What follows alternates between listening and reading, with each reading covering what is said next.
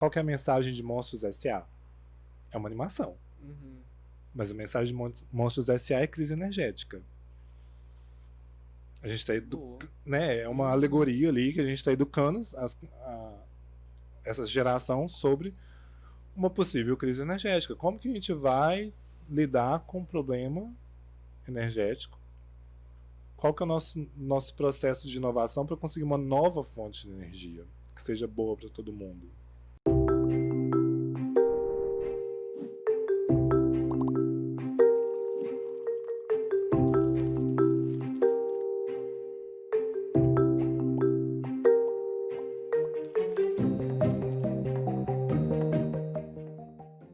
Olá, para você que tá ouvindo e assistindo aqui mais um episódio do Pode Ser Café. Tô aqui com um cara muito legal hoje que eu conheço há, deve ter uns 5, 6 anos já, Não, né? tem Tem mais. mais? 24, 6 anos. Né? 6 anos, né? Tô aqui com o Carlos Moura.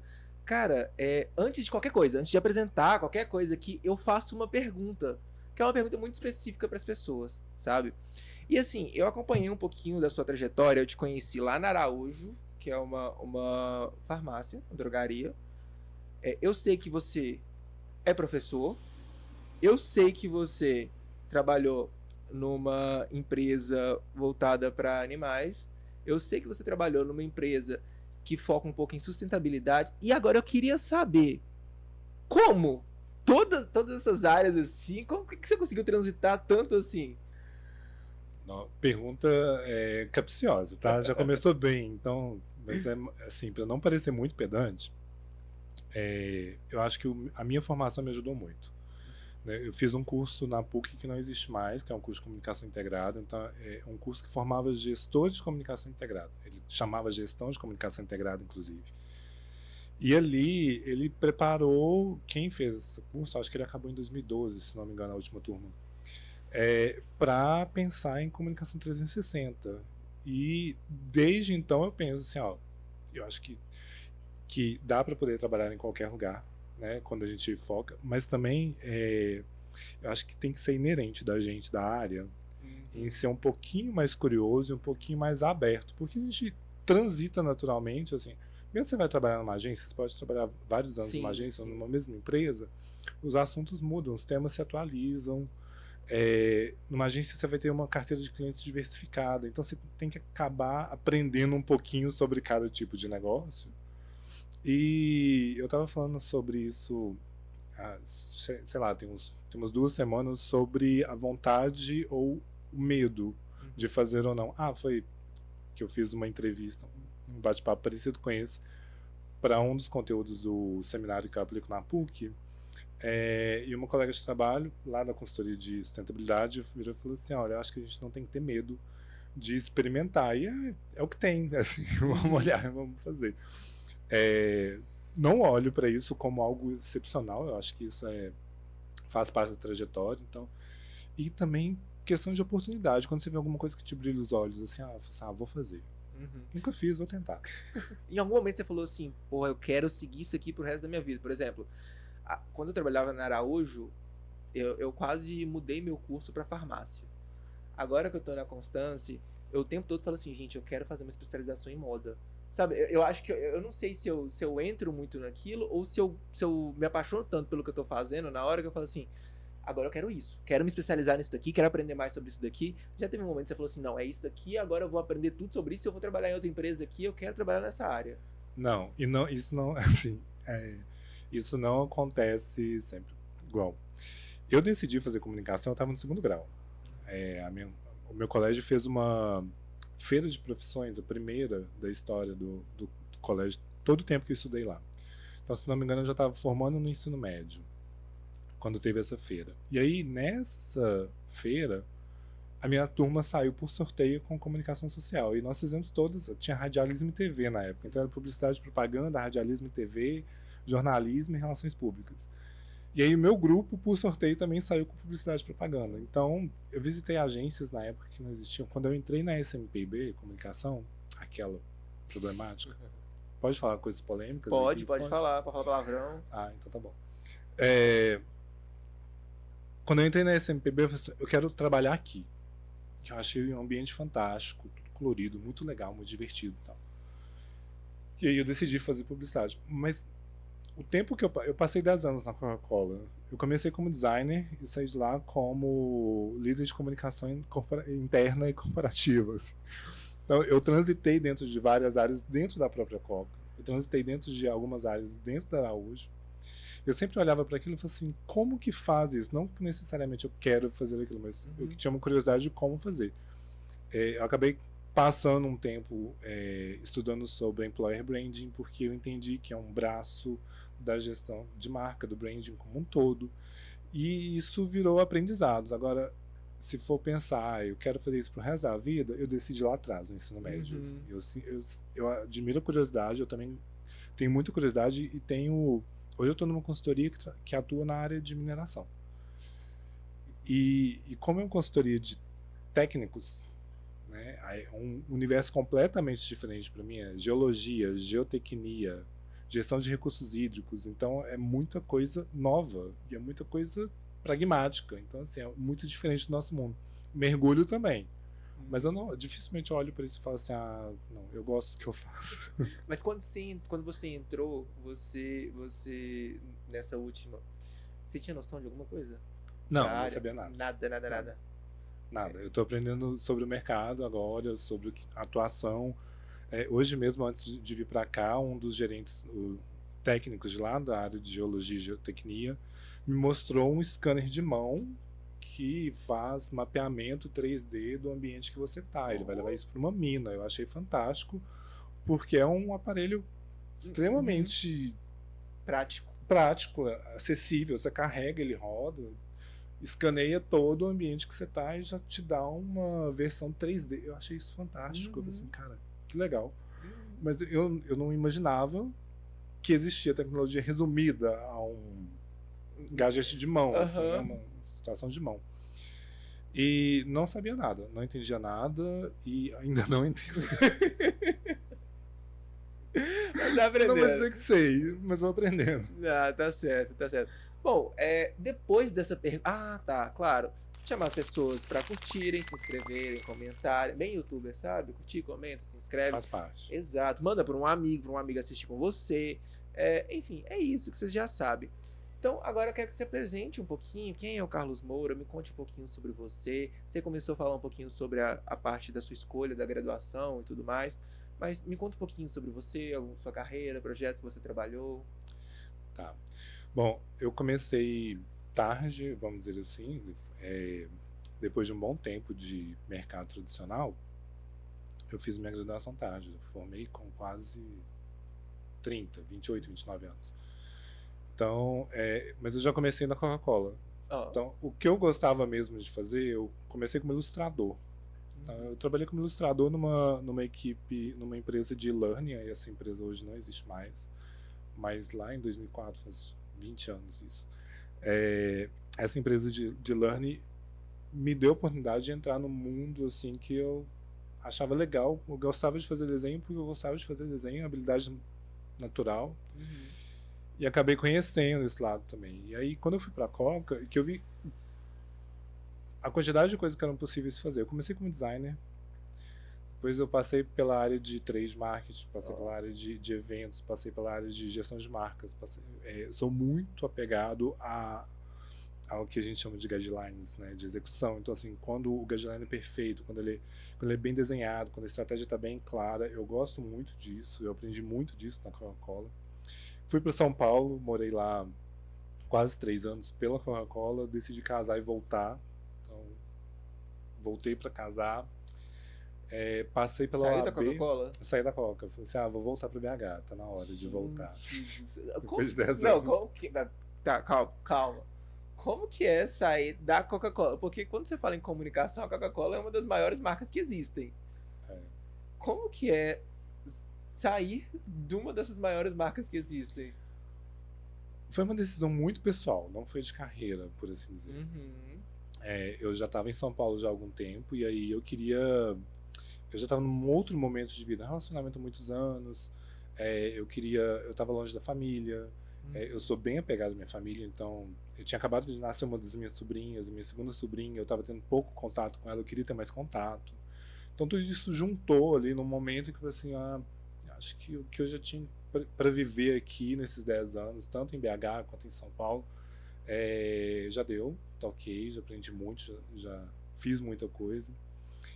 Tanto que até a área de comunicação interna eu comecei a atuar lá dentro na Coca-Cola também. Então, assim, eu acabei migrando do marketing e eu lembro muito bem que o meu gerente na época virou e falou assim: se você for pro RH, você nunca mais volta pro marketing. Eu falei assim, posso até não voltar aqui, mas eu volto. E quando eu voltei, aí mais uma etapa que não estava na lista, né? Eu trabalhei na OAB, no setor de advocacia, na Caixa de Assistência, que é uma entidade dentro da OAB. Disso eu fui para Araújo, e lá na Araújo eu cuidava de outras frentes que não o marketing, mas era dentro do marketing, então era muito voltado para... Você falou, passei na OAB, eu tô assim, gente, ele fez direito? Não. Não tenho o menor dom. Não tenho o menor dom para fazer de jeito nenhum. Araújo. Na Araújo, e aí lá na Araújo eu fiz não só a parte interna, mas também a comunicação corporativa. Eu acabei abraçando algumas frentes, por exemplo, o programa da Doe Seu Troco, que é um relacionamento com o Hospital da Baleia, né? A gente pode doar, de verdade. Eu contava centavo por centavo e fazia a transferência dos valores todos os meses. Então foram coisas que foram sendo adicionadas na minha atuação ali. E dali eu fui para a área de alimentação animal, que é uma empresa de rações lá em Pará de Minas, a Granvita, que é da... Pode falar a marca? Pode falar. Da Quatro. Eu passei um tempo eu fui convidado para ser gerente lá do marketing como um todo, então eu tinha todas as áreas. Me mudei para Pará de Minas, ou seja, também sou meio cigano, né? Assim, BH, São Paulo, Pará de Minas. Pará de Minas. Me mudei para Pará de Minas para poder trabalhar lá. Foi um período curto, assim, foi uma experiência que eu já tinha... Foi só para poder ter mais certeza de que eu queria ficar aqui. Então, acabei voltando e fui para uma consultoria em sustentabilidade, que é o eCarbon. Então, assim, lá eu fui cuidar de comunicação com colaboradores e marca empregadora, que é esse ponto que eu estava estudando muito na época, eu estava bem interessado nisso.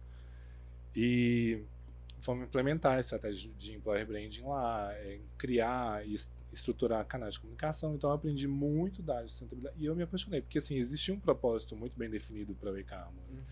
Que era uma coisa que, assim, você toma uma atitude aqui e outra ali, mas você acaba se apaixonando de verdade com a questão sustentável, né? O que é uma atitude sustentável? Mas mais do que isso, qual que é o ponto de vista do negócio frente a isso? Quais os desafios que nós vamos enfrentar, não só enquanto empresa, mas como sociedade, de maneira geral.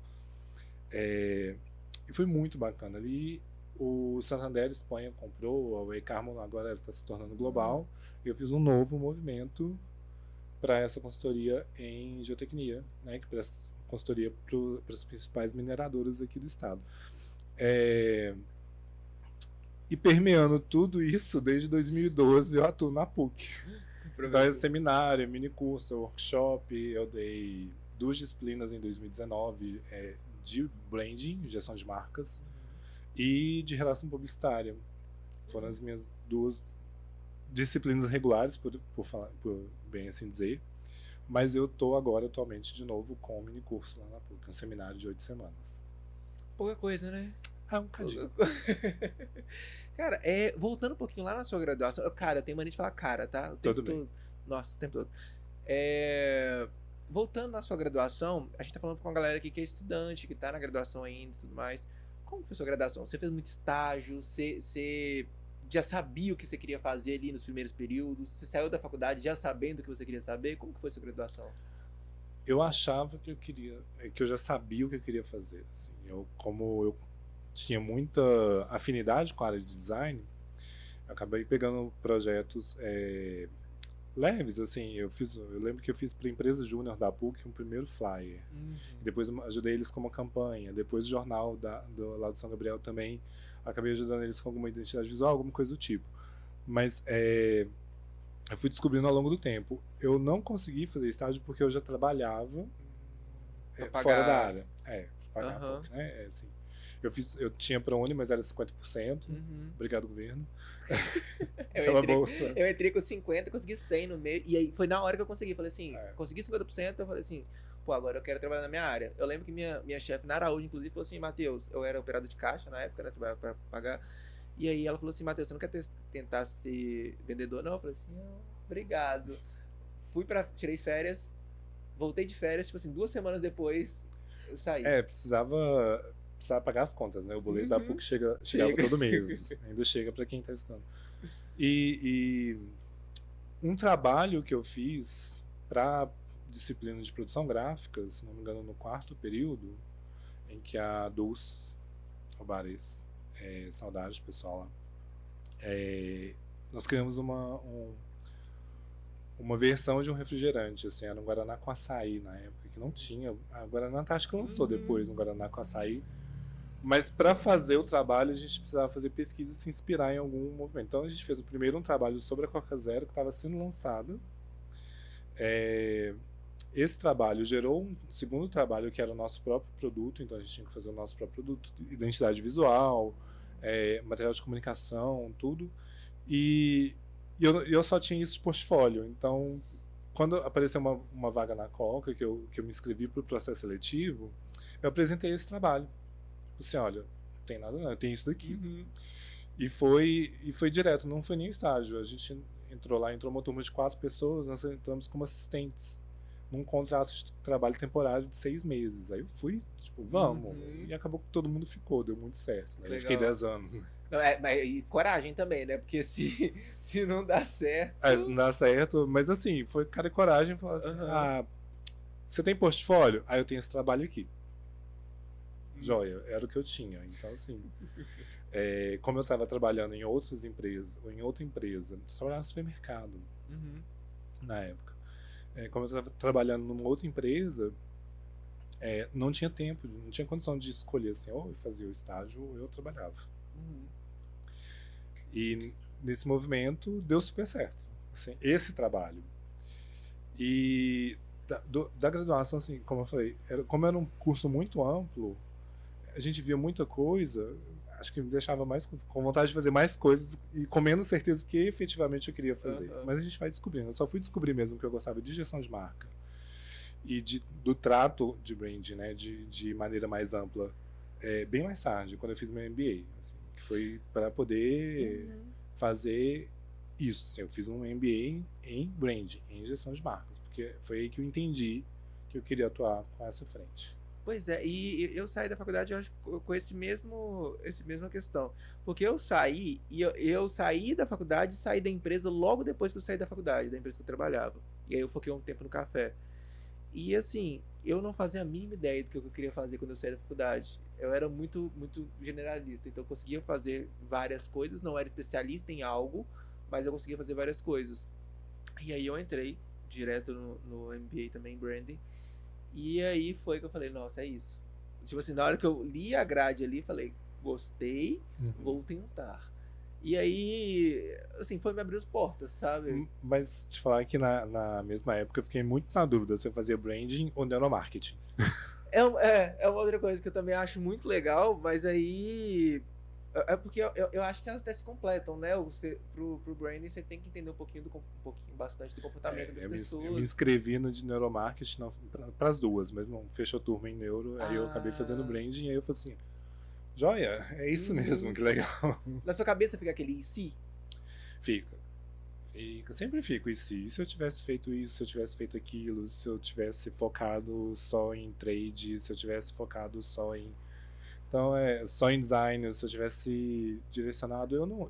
Eu vi uma discussão no LinkedIn recente sobre o quanto, né, não vou chamar de polêmico, mas fica confuso, até para quem atua na nossa área, a escolha entre ser especialista demais ou ser generalista demais. Assim, a gente fica na dúvida se ser especialista torna a gente mais desejável, né, para poder trabalhar, prestar serviço, etc. Ou se ser generalista amplia o nosso leque de atuação. Sim. Então, assim, eu sou generalista, eu acredito, né, todas as minhas passagens foram em mercados completamente diferentes. E eu eu sou a favor de ser mais generalista, porque a gente topa o que vier. Não tem que muito que. Vê e consegue fazer. Faz o que você gosta. Aham. Acha o que você gosta primeiro. É difícil achar. É difícil achar o que você gosta. Mas acha o que você gosta e foca no que você gosta. Mas você pode fazer o que você gosta em diferentes ambientes. Perfeito, perfeito. Bom, agora entrando um pouquinho na nossa pauta, a gente vai trabalhar uma temática que tem dado força, né, nos últimos anos. Vamos falar que. Não vou chamar de moda porque ninguém vence a moda da inteligência artificial. Assim, não é nem moda, porque todo mundo fala de IA. Mas ao mesmo tempo que a gente está falando de IA, né, do futuro da IA, do futuro do trabalho a partir da IA, a gente também está falando em paralelo de sustentabilidade ESG. Mas assim, veio à tona, se fala muito mais recentemente, mas é um assunto um pouco mais antigo. Boa, então vamos começar do começo. O que é ESG? Bom, qualquer busca no Google você vai achar o que significa a sigla, né? Environmental, Social e Governance. Que é, traduzindo, né? Vamos falar de ASG, que é ambiental, social e de governança. É um conjunto de, vamos chamar assim, vou tentar ser mais didático, não muito técnico, para poder ficar mais palatável, como eu falo muito com meus alunos. É um conjunto de práticas, né, que ajudam empresas, sociedade e governo a tomarem atitudes que são ecologicamente sustentáveis e socialmente responsáveis. Mas quando a gente fala do ambiental, a gente está olhando para... vamos voltar um pouquinho, assim. O ESG, eu considero, né, eu falo muito que é voltado para sustentabilidade do negócio. É uma questão de business, sabe? É uma questão de sobrevivência, mas sobrevivência do negócio. Quando você olha pro A ou pro E, é tudo aquilo que a sua atividade, né, seja produto ou serviço, gera impacto no ambiente que você está atuando ou é impactado pelo ambiente que você está atuando. Então, quando você olha para o ambiental, você tem que olhar assim, olha, eu gero resíduo? Que tipo de resíduo? Qual que é o impacto que gera no meio? Qual que é a minha responsabilidade sobre esse resíduo, sobre esse impacto? Como que eu consigo gerenciar isso? E ao contrário, né, a falta de gerenciamento, a falta de ação, o quanto que isso vai impactar o meu negócio. Eu vou ser impactado por uma chuva torrencial, como aconteceu no Sul. O aeroporto de Porto Alegre agora reabriu agora, depois de tanto tempo, depois daquele desastre. O quanto que foi impactado o negócio local, quem operava ali, as próprias operadoras aéreas, né, tiveram que realocar a própria comunidade. Então, assim, isso foi um impacto ambiental sobre o negócio.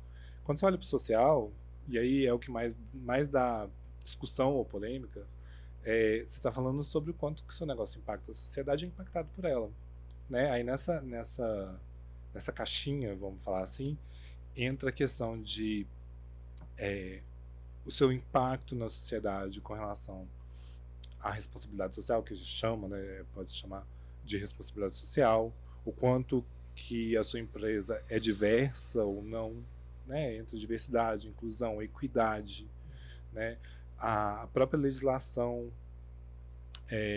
com relação ao trabalho, como você atua, como você gera renda para as pessoas, o quanto que isso impacta na vida das comunidades. E a governança está voltada para o ético, assim, como que o seu conselho de administração, por exemplo, se ele é ético, se existem suspeitas de corrupção, ou se você monitora isso, como que você lida com investimentos e como você presta contas desses investimentos. Então tem muita coisa, por isso que a gente fala que é um conjunto de práticas. Fala do ESG, você fala sustentabilidade, não só. São várias questões dentro de cada, né, dimensão, vamos falar assim, do S e do G, que impactam o negócio. Mas também abraçam, principalmente do ponto de vista da sustentabilidade, não só ambiental, mas da sobrevivência do negócio ao longo do tempo, assim, no futuro. Perfeito. Você falou lá atrás sobre as tragédias lá no Rio Grande do Sul, e você falou do pequeno negócio, do negócio local. Esse negócio local, esse pequeno negócio, isso também, como a gente fala, se adequa, pode se adequar, pode também trabalhar a ESG? Eu acredito que todo mundo deveria pensar em como atuar de maneira socialmente e ambientalmente responsável, né? Não é só porque eu tenho uma sorveteria no meu bairro que eu não posso pensar em como o meu trabalho, o meu negócio impacta o meu ambiente e a sociedade em que estou inserida. E como que o meu negócio também se relaciona, do ponto de vista da governança, com a legislação e com o que é esperado dele enquanto entidade, empresa. Uhum. Então, assim, não existe tamanho. Né? Quando você fala aderir ao Pacto Global, ou assumir práticas de ESG dentro das empresas, a gente está pensando em empresas de grande porte, que têm visibilidade sobre isso, têm grandes impactos sobre essas práticas, ou a falta delas. Uhum. Mas a sorveteria, o cabeleireiro, também são impactados quando acontecem situações como a de Porto Alegre, ou quando desce uma encosta e fecha a estrada e você não consegue mais acessar aquela região. Então, a sua empresa, sua sorveteria vai ficar sem insumo, vai ficar sem entrega durante um tempo. Como você vai lidar com isso? É responsabilidade sua, porque você tem uma lojinha no seu bairro? Não é responsabilidade, mas é uma questão de o que você pode fazer. Todo mundo pode fazer alguma coisa. Então, acho que o principal pensamento é esse. Assim. É pouco? Parece pouco, mas não é. Enquanto grandes empresas estão falando sobre isso, a gente também precisa pensar no micro. Uhum. Né? Falar assim, eu tenho práticas sustentáveis no meu negócio. Bom, se você já pensou em como melhorar a sua matriz energética, porque você utiliza freezer, né? Vamos falar da sorveteria. Você tem freezer, você tem iluminação, você tem decoração. Então, como que é a sua energia? Como que é o seu gasto energético? Você já pensou, tem condições de trocar o seu maquinário para um maquinário mais eficiente energeticamente? Então, são pequenas ações. Eu acho que todo mundo tem que fazer alguma coisa, sim, porque a gente já está assim, com a água batendo na bunda, literalmente, né, quando a gente olha, mas impacta. Né? É diferente de assumir um compromisso com o Pacto Global da ONU. Sim. Parece grande demais, mas ações também podem ser micro. Legal, legal. E assim, historicamente falando, quando que surgiu? Quando começou? Quando começou a ser falado sobre essa prática? Falando de ESG, a gente vai ver há uns 20 anos, se não me engano. 20 anos já? 2004, se não me engano. Qualquer coisa, se eu errar a data, eu te mando o dado. E coloca na legenda. Então, mas teve um relatório da ONU que se chamava Who Cares Wins, ou Quem se importa ganha, em que há muito tempo, né, desde a década de 60, a ONU já estava falando sobre o impacto da nossa atividade, da atividade humana, sobre o meio ambiente. Então já vinha se falando em sustentabilidade e em como esse impacto seria nocivo para a sociedade e para a sobrevivência no futuro. Então parece que em 2004, mais ou menos, a ONU virou e falou assim, olha, até agora, a gente está falando de, sei lá, 40 anos, a gente não resolveu nada, vocês não tomaram nenhuma atitude, então nós vamos aqui encaixotar isso daqui e te dar algumas diretrizes para poder te ajudar a resolver isso. Né? Porque a gente precisa que você, enquanto empresa, entidade, tome alguma atitude. Se você não está sabendo fazer, então vamos entrar num acordo aqui. E aí surgiu essa orientação, né? Muito com base também começou a se falar em desenvolvimento sustentável, que aí é pensar em como o negócio vai sobreviver ao longo do tempo, né? Como que o nosso modo de vida vai sobreviver. A pergunta é, a maneira como a gente vive hoje vai ser a mesma daqui a 20, 50 anos? Né? A maneira como a gente vive hoje impacta efetivamente o meio ambiente? A gente está acelerando? Porque tem muita gente que é negacionista, eu vou falar de negacionismo de verdade, que fala assim, mas esses movimentos de aquecimento e resfriamento da Terra são movimentos naturais. São, mas eles estão sendo acelerados pela ação humana. Né? E a gente está sofrendo impacto porque a gente não tinha essa quantidade de gente, essa quantidade de cidades, e a gente está hipermeabilizando solo e por aí vai. Então a gente está sofrendo com isso. E lá atrás, então, a ONU virou e falou assim, vamos, pensando no desenvolvimento sustentável, vamos organizar aqui e criou os 17 Objetivos de Desenvolvimento Sustentável, que são os ODS. Né? E esses 17 Objetivos ajudam a orientar a prática do ESG. Mas quando foi feito, ele já foi pensado de empresas precisam fazer isso, isso está sendo pensado para empresas fazerem, ou isso foi para para a sociedade como um todo? Quando a gente fala em sociedade como um todo, é efetivamente empresas também. Porque Sim, empresas são claro, claro. entidades sociais. Mas os acordos são fechados entre os governos. E sim, existe uma cobrança com relação à atuação das empresas e entidades, instituições. Ali foi criado mesmo, eu não vou falar manual, né? Mas se você pegar os objetivos, os ODS, e os desdobramentos de metas, ele dá pistas, ele dá caminhos, direcionamentos de como as empresas podem atuar. Não à toa, os 6 primeiros falam de pessoas, né? O primeiro é Fome Zero. O primeiro é erradicar a pobreza, o primeiro. Então a gente está falando de situações que envolvem pessoas e logo em seguida a gente trata de situações que envolvem desenvolvimento de negócio e de sociedades. Então, quando você fala lá em parcerias, ou em inovação, ou em processos mais eficazes, né? E lá para o 16, 17 a gente está falando em preservação de vida terrestre, preservação da vida aquática. Então, assim, começa com pessoas, os 6 primeiros. Passa pelos negócios. A própria indústria, né? É um dos objetivos. E nessas pistas, nesses direcionamentos, sim, colocou-se uma pressão sobre as empresas, porque a atividade industrial, quando a gente fala em redução da média de temperatura global, né, o acompanhamento da temperatura, espera-se, né, tem isso como meta um aumento médio global de até 1,5 grau. E a referência é a era pré-industrial. Então, o recorte histórico bom, até o começo da atividade industrial em massa, nossa Revolução Industrial, a gente tinha um comportamento. A partir daí, a gente acelerou o comportamento que está sendo nocivo para a gente.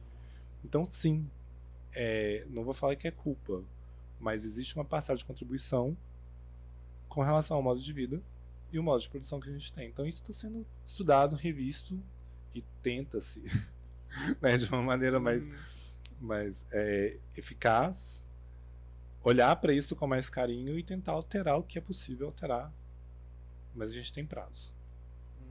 Entendi. E aí agora entrando nessa parte das empresas, eu acho legal que você falou do tenta-se, né, das empresas de tentarem fazer essa contribuição. Eu queria entender se, vamos lá, para uma empresa mudar um processo para ser mais sustentável, para ser socialmente melhor socialmente, vai ter gastos, beleza, entendo isso. Mas o fato de empresas não fazerem isso, ou não aceitarem fazer isso, ou não aderirem a isso, tem muito mais relação com eu vou gastar dinheiro, ou tem muito mais relação com o pensamento que é feito, que essas empresas possuem? Um pouco dos dois. Assim, existe investimento. Inclusive, um dos ODS envolve inovação e pesquisa. Então, para poder mudar o modo de produção, ou como a gente atua hoje, a gente precisa descobrir um novo jeito. E para isso precisa de investimento. Se eu estou falando da sorveteria, vamos voltar na sorveteria.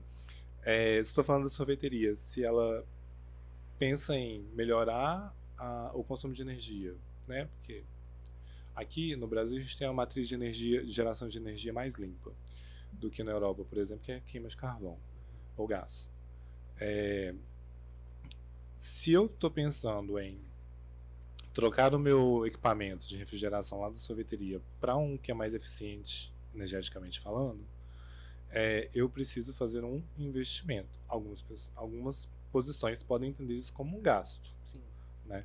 Mas ao longo do tempo isso se dilui em retorno. Eu vou ter redução na minha conta, por exemplo, que o meu equipamento é mais novo e mais eficiente. Então eu posso ter uma redução. Tendo redução, eu posso reinvestir esse valor.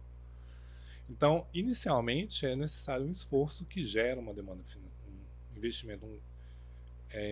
Falar em gasto é ruim porque, à primeira vista, alguns investimentos são altos. Né? Não dá para você criar uma planta ou um prédio ecologicamente responsável ou sustentável, captando água da chuva, placa, tá numa energia solar com placas. É caro colocar esse tipo de coisa. É caro pensar nisso. É caro colocar placa, o sistema de captação, de tratamento, de reutilização. Existem os processos aí. Você vai precisar de um especialista para poder fazer esse projeto para você. Isso tem outro preço. Né? Você vai precisar de especialista para poder implementar. Isso tem um preço. Até o próprio material, isso também tem um preço. Então, assim, à primeira vista, parece caro. Mas no médio e longo prazo, a gente está falando de futuro. Né? Uhum. A mentalidade que eu convido, assim, que eu reforço é olhar para isso como um gasto necessário. Uhum. Para quem pensa em Um gasto. investimento para a vida? É um investimento para a vida. Vamos lá, assim. É porque precisa. E se não faz agora, vai ficar mais complicado e mais urgente fazer isso no futuro. Uhum. Mas então também, de certa forma, existem quem não quer só. Tipo assim, eu tenho a condição, eu posso fazer e eu não quero de fato. Por que eu tô perguntando isso? Você falou da polêmica. Há um tempo saiu uma pessoa falando que no TikTok que não contrata esquerdista. Ah, sim, eu conheço a figura. Exato. Então saiu essa pessoa em algum momento. É uma empresa que a gente entende que não vai trabalhar a diversidade. Sim.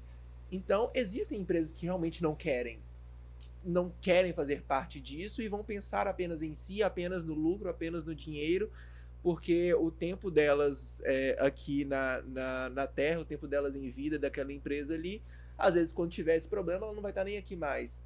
Então existem esses casos também. Existem. E infelizmente são cada vez mais alcançáveis. Assim, as pessoas parece que perderam a vergonha de falar esse tipo de coisa. Eu teria vergonha. Mas o ponto é, por exemplo, quando você fala que você não quer que a sua empresa seja diversa, você perde a inovação. Existem várias pesquisas indicando que ambientes mais diversos promovem uma inovação mais acelerada, porque você coloca pessoas com realidades diferentes, né, que aprenderam coisas diferentes, para olhar para o mesmo problema. Então você tem uma diversidade de visões sobre a solução. Então você pode ter mais soluções, ela pode ser mais acelerada, a inovação ela pode ser mais acelerada nesse ambiente. Só que existe também, aí a gente falou de negacionismo agora há pouco, aí existe também os crachás, né, os adesivos que as pessoas pregam, assim. Existe uma agenda woke, sei lá, existe uma agenda global de dominação mental e etc. Sabe como surge uma fake news, né? Assim, você pega um pouquinho de verdade e tempera ela com aquilo que você acredita que quer convencer aquela pessoa de determinado grupo. Então existe uma agenda. Existe a Agenda 2030 da própria ONU, que são os compromissos até 2030, os compromissos até 2050. Então, quando se fala em agenda global 2030, a gente está falando dos compromissos da ONU, principalmente com os ODS. Mas aí se pega isso e transforma. Existe uma agenda de doutrinação, porque a gente está cada vez mais falando em abertura para diversidade e inclusão. A gente fala em equiparação salarial para homens e mulheres na mesma posição. Você coloca na mesma condição de temperatura e pressão, vamos dizer assim, a remuneração tem que ser a mesma. Então, assim, inclusive, né, se não me engano, o objetivo 5 dos ODS é equidade de gênero. Então, está dentro do pacto, está dentro do objetivo de desenvolvimento sustentável. Porque, entende, você vai colocar, qual que é a taxa de famílias lideradas por mulheres no Brasil? Então, quando você pensa sobre esse dado, você tem uma quantidade enorme de mulheres. Mulheres já é maioria, né? Já são maioria. Já é maioria. Você tem uma quantidade de mulheres líderes do lar que trabalham e que, se não recebem remuneração, não consomem o quanto poderiam, o quanto um homem, por exemplo, na mesma posição, poderia prover de consumo para a família. Mas esse homem não existe nessa realidade. Então, analisando bem friamente, né, vamos falar assim, vamos ser nu e cru nessa fala. Se elas não recebem, não têm condições de consumir, elas não vão consumir. Isso gera falta de consumo, isso gera sobra da produção, você não vai conseguir vender para essa família Então, o seu negócio está em risco. Ela vai escolher entre um negócio ou outro o que ela dá conta de. Então, se o seu negócio estiver numa situação em que ela tem que escolher, você perde venda, vamos falar assim. Então, quando se fala em ESG, e se fala na sustentabilidade do negócio, não é uma questão de esquerda ou direita, não é uma questão de agenda, de doutrinação, disso ou daquilo. É uma questão de sobrevivência do negócio. Porque pensar em equidade de gênero, pensar em diversidade, também é pensar o quanto essa parcela da população é capaz ou não de consumir.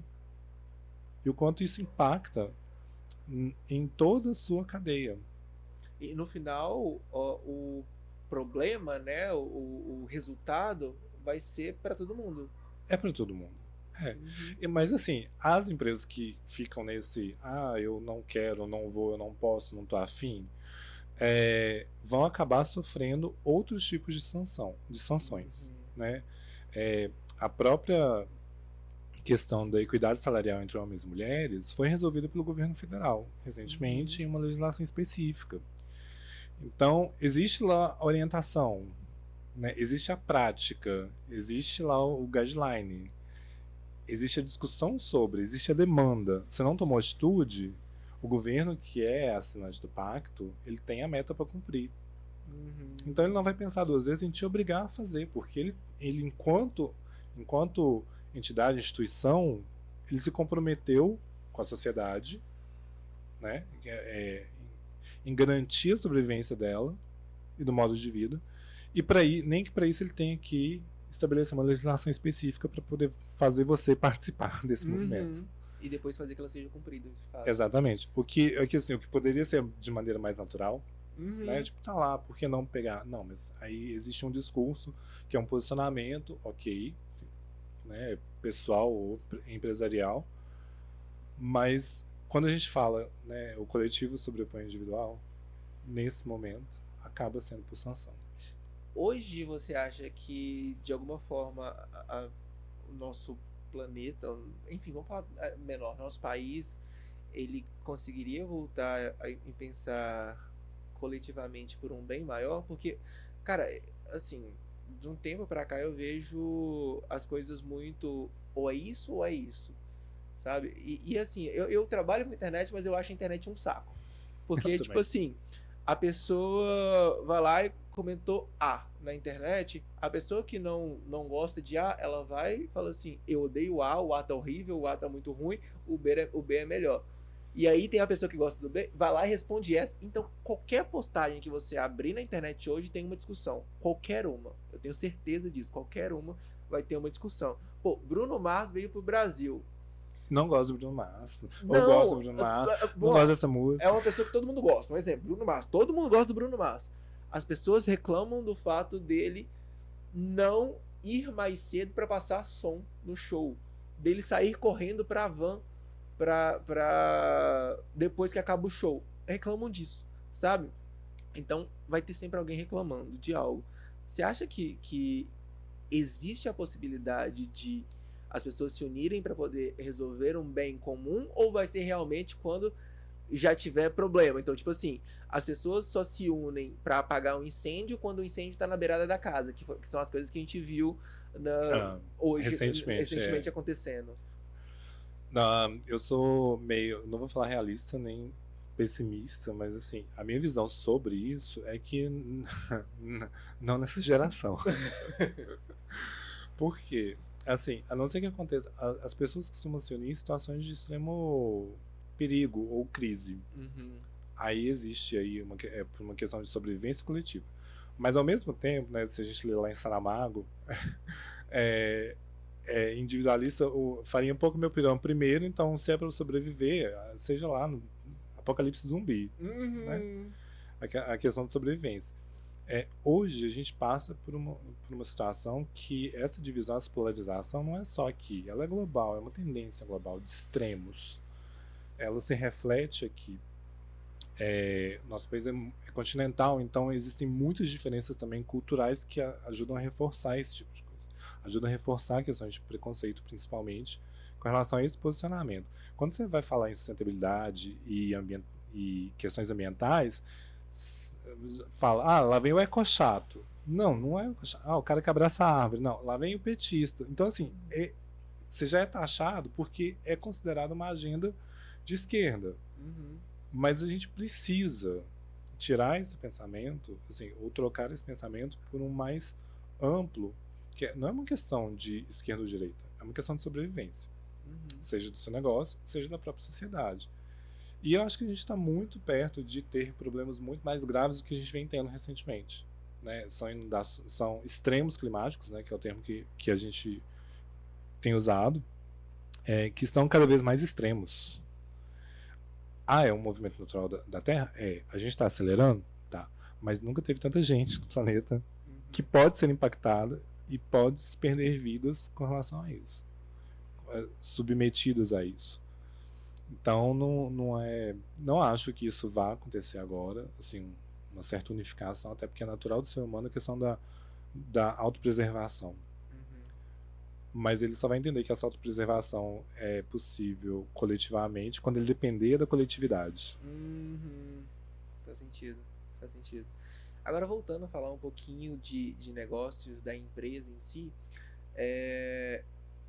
a minha empresa, a sorveteria, a gente falou ali sobre ela ter um retorno financeiro depois, quando se fala na troca do freezer, por exemplo, que ela vai pagar mais barato. A gente falou sobre ser uma empresa mais inovadora quando a empresa tem pessoas diversas.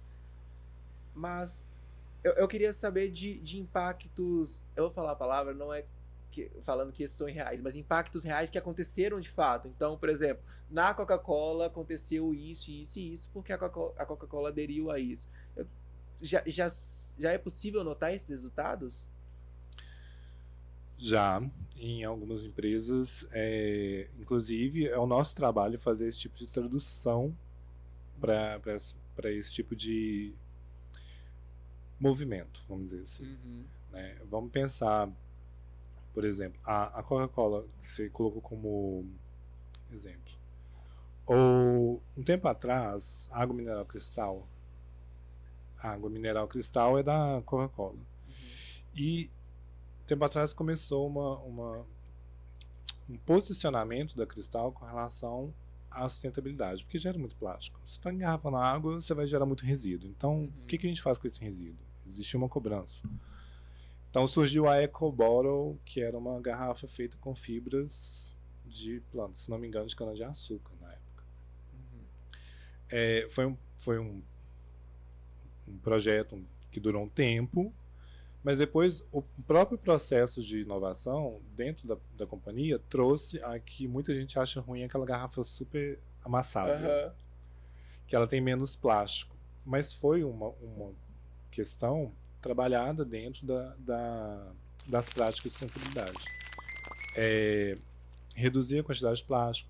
Às vezes a tampinha foi reduzida também, porque tinha quantidade de voltas, aí diminuiu tipo uma volta na tampinha para poder gastar menos plástico. Então, aí isso reduz bilhões e bilhões. Exato. Tanto questão do financeiro, né, questão de investimento em próprio insumo de produção, quanto questão da geração de resíduo e até da facilidade de reciclagem.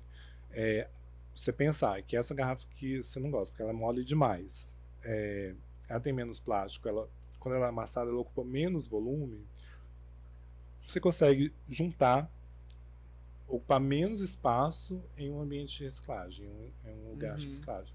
Então, quando você tem menos espaço, você consegue trazer mais insumo para o processo de reciclagem. Então, são coisas que vão acontecendo, vão sendo implementadas e dependem da inovação. Uma coisa também que eu gosto de falar da Coca específico também foi quando começou o movimento de retorno, aí vou ser repetitivo, retorno com as garrafas retornáveis. Era comum no passado a garrafa de vidro, né, que ia e voltava, né, você trocava o casco vazio pelo casco cheio. Isso eu fazia quando eu era criança. Isso voltou recentemente, também por questões disso, de atuação na diminuição de geração de resíduo. A garrafa retornável é de vidro. Você leva para a fábrica, higieniza, lava como AKS e reutiliza. Então, é um movimento de educação também da população, porque é mais barato para quem quer adquirir o produto e também tem um efeito sustentável. E marcas desse tipo, quando elas fazem esse tipo de ação, elas acabam impactando o mercado quando você fala em outras marcas também. Então, por exemplo, por que eu penso isso? Pô, Netflix. Netflix é uma empresa que ela emergiu ali no Oceano Azul e surgiram 1 milhão de outras marcas que fazem exatamente a mesma coisa. Quando a marca ela vai para um posicionamento que é legal, que é bom para a sociedade e tudo mais, ela acaba trazendo outras marcas com ela também? Acaba, né, quando a gente fala em níveis de maturidade da empresa nas práticas de ESG, a gente tem as empresas que são protagonistas e que geram demanda da concorrência, né, um comportamento acelerado da concorrência, e também geram novos negócios. Por exemplo, a Natura fez um tempo atrás uma edição especial do caiaque com a embalagem de plástico reciclado, especificamente de plásticos retirados do oceano. Então tinha lá o casamento com a proposta do caiaque, que também já tem, né, uma pegada de oceano, já fazia parte do imaginário da marca. Então eles pegaram plástico, e plástico no oceano já era um problema. Então eles pegaram, recolheram esse material, esse insumo, fizeram o processo de reciclagem para poder fazer embalagem. O quanto de pesquisa, investimento, produção de talvez um novo maquinário para poder fazer esse tipo. E às vezes não tinha isso dentro, eles precisaram buscar fora um fornecedor, então isso gerou um novo negócio. Quem que ia fazer a coleta? Então movimentou a comunidade local de pescadores para poder fazer a coleta. Então teve muito movimento de novas atividades comerciais ou não comerciais ali, inclusive gerando novas oportunidades de investimento. E quando a gente fala da percepção do público, então beleza, a pessoa que antes comprava a embalagem de caiaque de vidro, e agora que ela está comprando com uma embalagem reciclável, e a pessoa que antes comprava a garrafinha de Coca-Cola, de água um pouco mais durinha, que você já falou que às vezes ela dá uma chiada ali e tudo mais, mas como que é a percepção quando as pessoas entendem de fato que aquilo está sendo por um bem maior? Ainda tem essa polaridade de uns acharem, pô, tá me prejudicando aqui essa garrafinha mais mole? Ou realmente ainda há o entendimento? Eu acho que esse é o ponto da nossa conversa. Porque, assim, esse entendimento vai vir da quantidade e da qualidade das mensagens que a empresa emite com relação a essa prática. Então, essa tradução, né, como que a gente gera valor de uma atividade como essa? Para o produto, para o serviço, para a marca. Muito do nosso trabalho é fazer essa tradução de maneira que seja inteligível, aceitável e tenha fit com o público-alvo.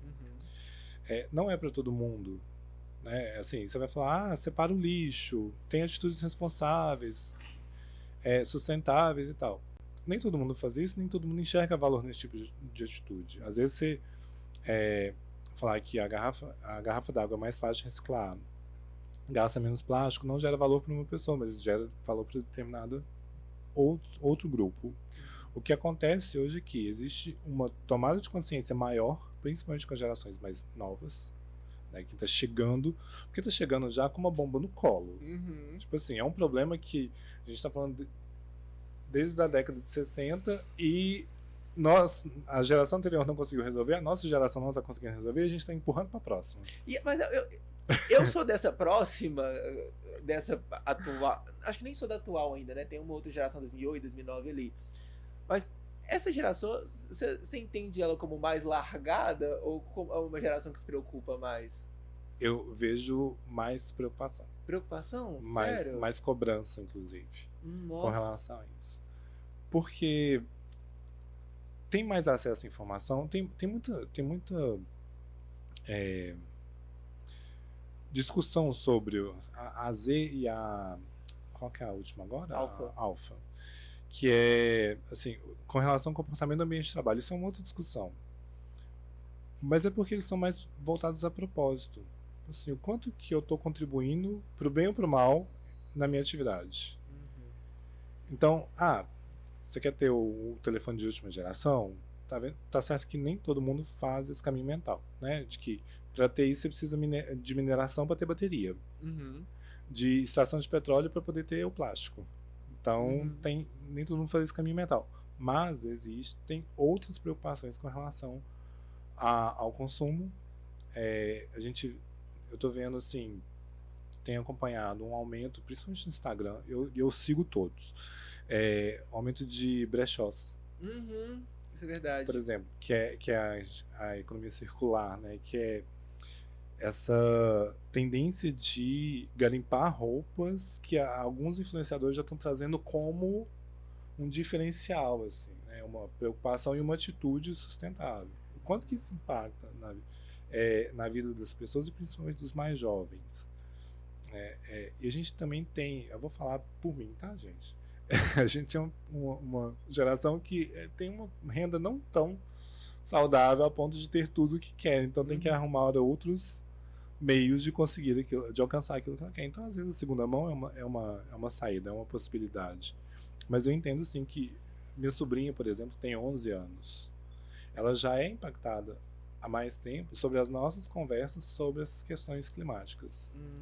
Ela já vê na TV com mais intensidade, na internet, que seja, na escola, com mais intensidade, tem mais acesso às questões que a gente está enfrentando, que a gente não está sabendo enfrentar tão bem assim, talvez. Uhum. E ela se questiona sobre isso, sobre o que a gente está fazendo para melhorar isso. Uhum. Né? Então, ela se preocupa com o futuro dela, tem 11 anos. Uhum. Mas ela se questiona, nossa, como que vai ser? Nossa, se tá assim agora, como que vai ser daqui para frente? Então, o entendimento, né, essa cobrança, ela tem sido, sim, mais intensa. Faz sentido. Mas ao mesmo tempo, pelo menos a minha geração, eu entendo que é a geração que consome muito mais. Que, por exemplo, eu tive um papo desse com o Matheus Ferreira e com o Caio, tá no podcast, inclusive, sobre realização profissional. Que é tipo assim, pô, eu quero ser contratado e uma semana depois eu já quero subir de cargo. Eu quero comprar meu carro agora, mas daqui a um ano eu já vou querer trocar de carro. Que eram coisas que, por exemplo, nas gerações anteriores, meu avô ficou a vida inteira e aposentou na mesma empresa, trabalhando na mesma empresa. Então eu percebo que essa geração minha ela consome mais. Porém, ela pode consumir de uma forma um pouco mais sustentável, talvez. Talvez seja isso, Sim. sabe? E aí, falando desse quesito propósito. Propósito, posicionamento, etc. Existem casos onde uma empresa ela faz uma mudança tão radical que, pô, eu entendo que isso é necessário para mim, eu entendo que isso é necessário para a sociedade, eu entendo que isso vai ter impactos positivos, que chega a ponto dela mudar, por exemplo, o propósito, chega a ponto dela mudar o posicionamento dela. Já viu casos disso? Já. E acho que o mais emblemáticos, para mim, é o da Mercedes-Benz. Assim, a Mercedes, ela está fazendo a transição de frota para veículos elétricos, híbridos e eletrificados, né? Porque existe uma pressão da sociedade com relação às emissões e também à utilização do carro a combustão. Nesse movimento, a Mercedes fez campanhas intensivas na Europa com relação ao lançamento da linha de carros elétricos. Foi um esforço de convencimento e de argumentação para poder conversar com a sociedade europeia, falando sobre os esforços que elas estavam fazendo para poder ser sustentável, aplicar as práticas e alcançar os objetivos. Então, nesse movimento, assim, ela foi até acusada de greenwashing, né, em um determinado momento. Uhum. Mas depois dessa acusação, né, depois do lançamento da campanha dos híbridos e dos elétricos, em que ela foi acusada de greenwashing, ela veio com novas campanhas para poder falar de como ela estava trabalhando. Reduzir a quantidade de ferro utilizado na montagem, ou utilizar ligas mais eficientes. Até tem os plásticos também de algumas linhas de veículos são feitos com material reciclado plástico reciclado também, e algumas são de redes do mar. Rede de pesca, perdão. E aí, são alguns argumentos que mudaram. E aí, em uma das campanhas, em um dos VTs, eles vão falando, a gente está mudando para híbrido e elétrico, mas a gente também vai proporcionar que seja possível a recarga verde, que é a energia limpa, porque na Europa a gente já falou no começo, né? A energia não é tão limpa, a produção de energia não é tão limpa. Nós também vamos proporcionar que as pessoas tenham acesso a isso. Nós vamos proporcionar investimento na área de inovação e tecnologia para poder tornar os carros mais eficientes e eficazes. Beleza, a gente está falando de um monte de coisas, de questões de sustentabilidade, de uso de insumos, mas e os carros? A gente está falando mesmo de carro? Sim, a gente está falando de carro. A Mercedes não deixou de ser Mercedes porque ela agora tem carro elétrico. Legal, legal.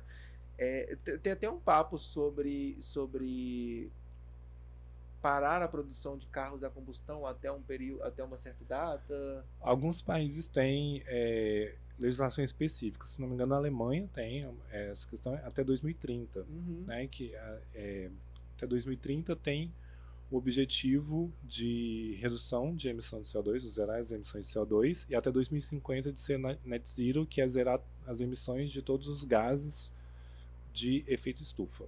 Né? Aí você inclui metano, por exemplo, o peido da vaca e por aí vai.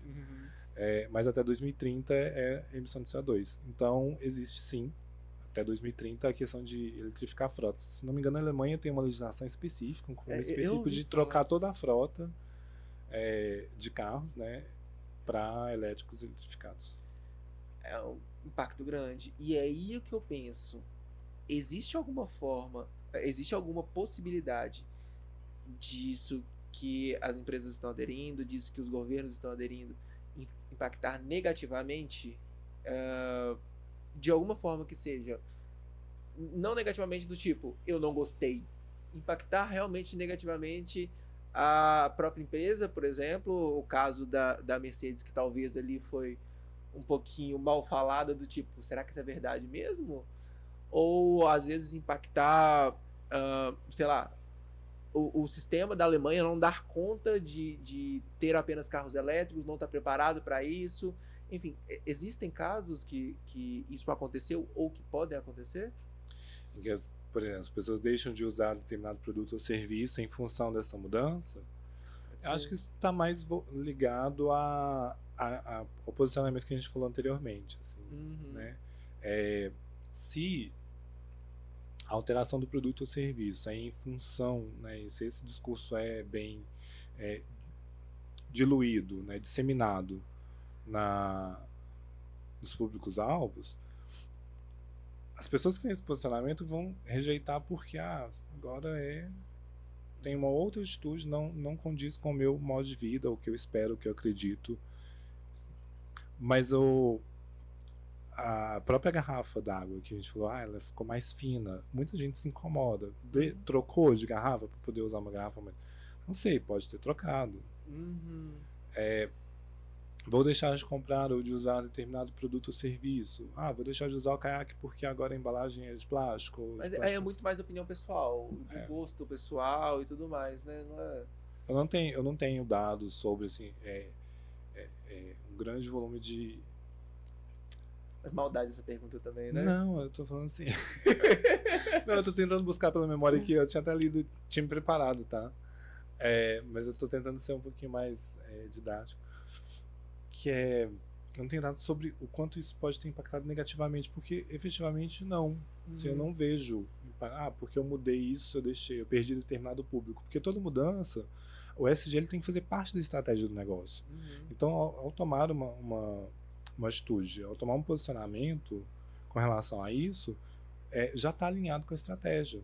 E se está alinhado com a estratégia, provavelmente já foi mapeado esse tipo de rejeição, porque pode haver. Sim. É comum haver.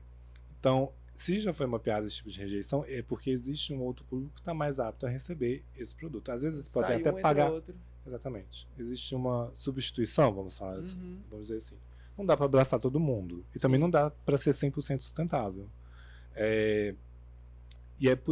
São questões de escolhas. Uhum. Então, assim, da mesma forma que determinado indivíduo ou grupo escolhe não utilizar mais aquele produto ou serviço porque ele não é sustentável, algumas pessoas também podem usar porque ele mudou o sabor, mudou o formato da embalagem, mudou. Eles tomam esse tipo de decisão. Mas, como tem que fazer parte da estratégia de negócio, isso já foi mapeado. Talvez já até mensurado o tipo de impacto que vai ter nessa mudança, nesse posicionamento. Perfeito, perfeito. Bom, a gente falou sobre futuro de empresa, futuro do país, futuro do mundo. E eu queria... Futurologia? Será? Não sei. E aí eu queria saber sobre o seu futuro. Como você se imagina daqui 5, daqui 10... Enquanto você pensa um pouquinho, a gente tem um presente pra você aqui, porque no seu futuro você vai estar usando o Oakley, tá? Então, a gente tem um presente da Oakley aqui, que eles mandaram um presentinho pra você, tá? Então, enquanto você pensa, enquanto você... Eu não sei, você tem isso de cabeça? Como você vai estar daqui 10 anos? Pode abrir, na hora que eu vi no roteiro, pode abrir, né? Na hora que eu vi no roteiro, eu falei assim, gente, mas será que eu tenho? Penso, eu queria estar aposentado, falando muito sério. Eu queria estar muito bem, obrigado, lá no meu sítio, cuidando da minha horta. Eu queria mesmo, de verdade. Não, mas pode ser. Às vezes, sei lá, quero estar cuidando de vaca, quero estar... Daqui 10 anos é bastante tempo, né? Já deu tempo aí de salvar várias empresas. Mas assim, eu tenho pensado muito enquanto... Ai, que bonito, muito bonito. Peraí, deixa eu experimentar. Pode experimentar. Deixa eu tirar o óculos de verdade, de grau. Esse aqui ficou bom. Aí, ó, tá ótimo. Gente, obrigado. A questão é assim, eu tenho pensado muito eu tenho gostado muito da área acadêmica. Tenho gostado muito de estar dentro de sala de aula, estar dentro de sala de aula. Isso tem me feito muito bem. Assim, eu tô dando seminários para as turmas do primeiro período. O pessoal tá chegando agora. Eu costumo brincar com eles, olha, aprende sobre isso aqui, porque a gente está fazendo esse seminário sobre a ESG na publicidade, né? Então entende o que está acontecendo, entende o impacto disso no seu trabalho, porque daqui a pouco você não fazer nenhuma merda no futuro, sabe? A gente falou do greenwashing agora há pouco. O que é greenwashing? É você falar que você é sustentável sendo que você não é. Você está pintando a empresa de verde, você está passando uma mensagem, né? O próprio caso da Mercedes, ela fez uma campanha extremamente conectada à natureza sobre o lançamento dos carros elétricos e utilizou elementos naturais. Assim, a questão de Gestalt, né? Quando você vê a campanha, depois vocês procurem essa campanha, eu posso deixar também o link aqui. Mas chegaram para ela e falaram assim, poxa, mas um tempo atrás você estava aí fraudando o teste de emissão de CO2 dos seus veículos a combustão. Você é tão sustentável assim, peraí. Né? Não é bem esse o discurso. Então eu acredito que a gente precisa olhar para esse tema dentro da área de publicidade, porque nós somos... O próprio Kofi Annan, que foi secretário-geral da ONU, ele falava, e também alguns pensadores como Bourdieu,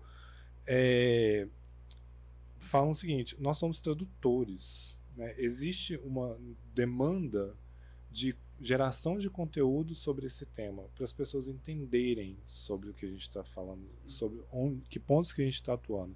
E nós somos as pessoas que são capacitadas, são capazes de fazer essa tradução. Você já parou para pensar, por exemplo, que em todos os aspectos, tá? Mas só um exemplo.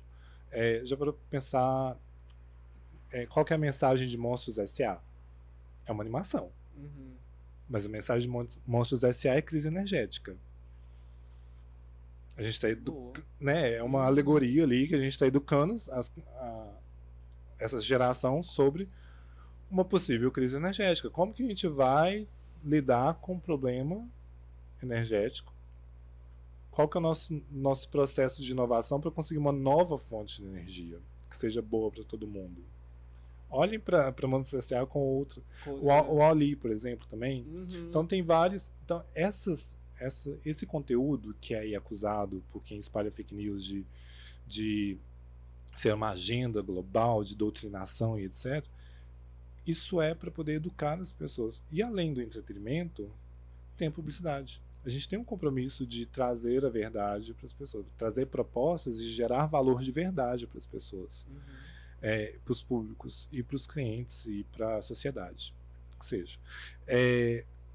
Então, ali, se a gente não souber do que a gente está falando, do que está sendo tratado, às vezes a gente pode passar uma mensagem falsa, porque a empresa, né, pode ser que a empresa está aqui, não. O briefing é esse. Eu quero falar sobre isso. Mas lá atrás ela não está fazendo bem o que ela está dizendo ali. E aí, peraí, a sua agência, o seu trabalho, o seu processo criativo vai ser acusado de greenwashing porque você não conhecia os processos, não sabia o que ela estava falando e acabou aceitando aquilo ali como uma verdade e transformou aquilo ali num produto publicitário? Esse é o pensamento.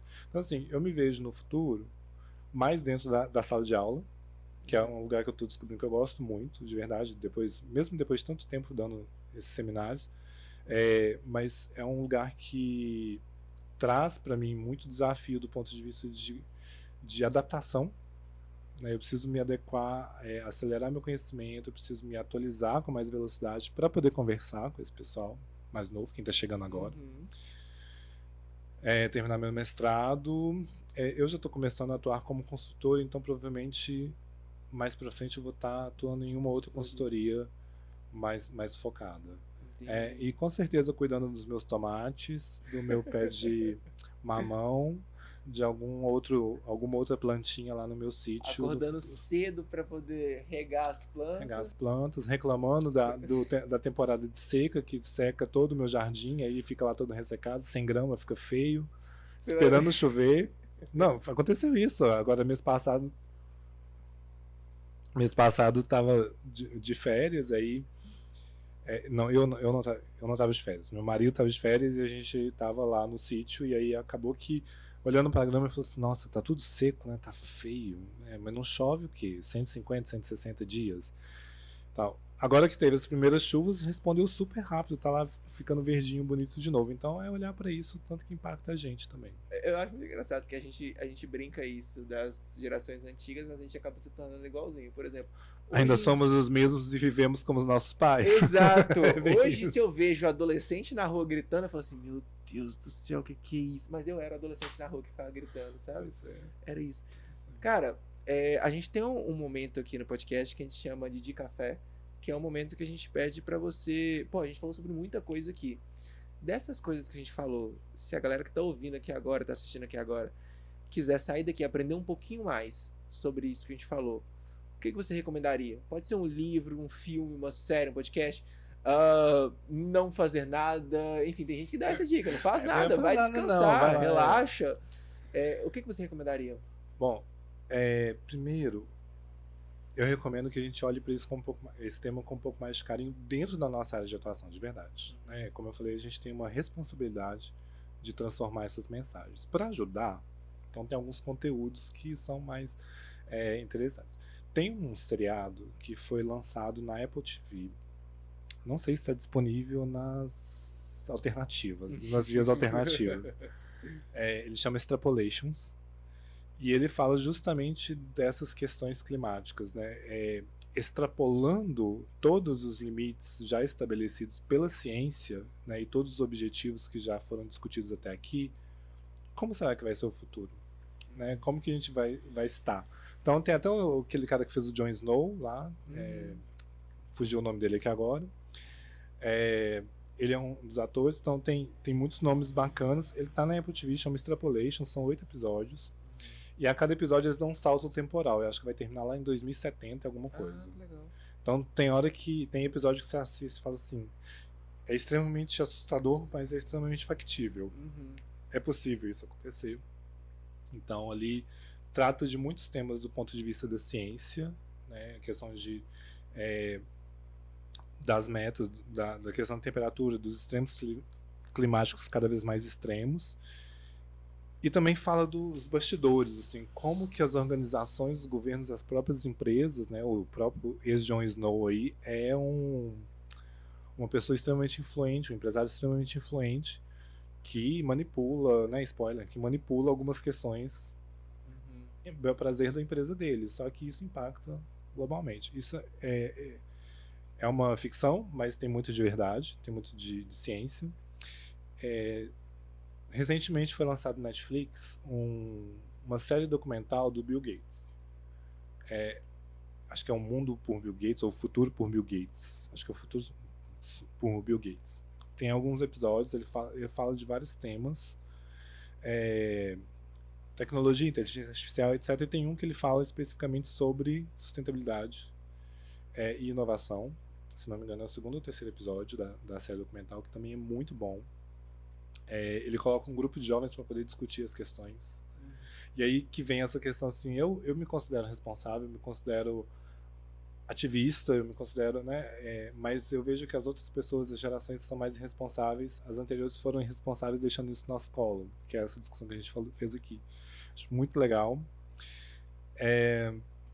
O próprio site da ONU, né, e também do Brasil na ONU, assim, dá para ver ali, vai lá ver quais são os objetivos dos 17, quais são os desdobramentos de meta, quais são as práticas que estão sendo aplicadas no Brasil. Lá você consegue ter acesso às instituições, organizações e empresas que estão fazendo esse tipo de movimento, então ele tem muita informação, é atualizado diretamente. O próprio site da ONU Brasil, então você tem acesso ao que está acontecendo aqui, talvez no seu quintal você não sabe ainda o que está acontecendo. Legal.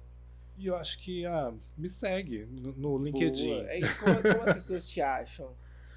Vocês me acham como Carlos Moura lá no LinkedIn, preferencialmente, porque igual você falou, você trabalha com a internet, não é muito fã. Eu tenho contas no Instagram, no Facebook, no TikTok, mas são mais para trabalho, então eu não alimento. São mais leves também. Eu abro essas discussões no LinkedIn. Então, lá como Carlos Moura, vocês me acham.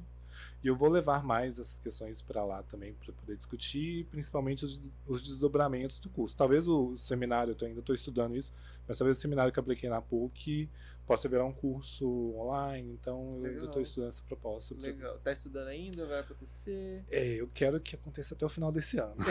Quem sabe depois que lançar esse episódio. Boa. Se tiver, a gente coloca o link na descrição pra galera ver. Então, se você tá vendo aí agora, não sabemos se lançou, mas se tiver lançado, o link vai estar na Eu não vim descrição. aqui pra vender curso, tá, gente? É uma ideia.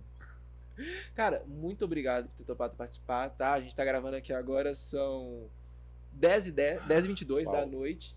Então falamos bastante aqui, então muito obrigado por ter topado participar. Imagina, tá? Mandar um abraço pra alguém? Gente. É muito legal isso. Muito legal, Aconteceu no último episódio, a Rose, ela falou assim, eu quero mandar um abraço. E eu nunca tinha pensado nisso. Eu me sentia narcisa, igual ontem no programa da Tata Werneck. Beijo pra fulano, beijo pro ciclano, tal. Cris, tá tarde, mas eu tô gravando. É isso, gente. Um abraço e tchau, tchau. Tchau, tchau.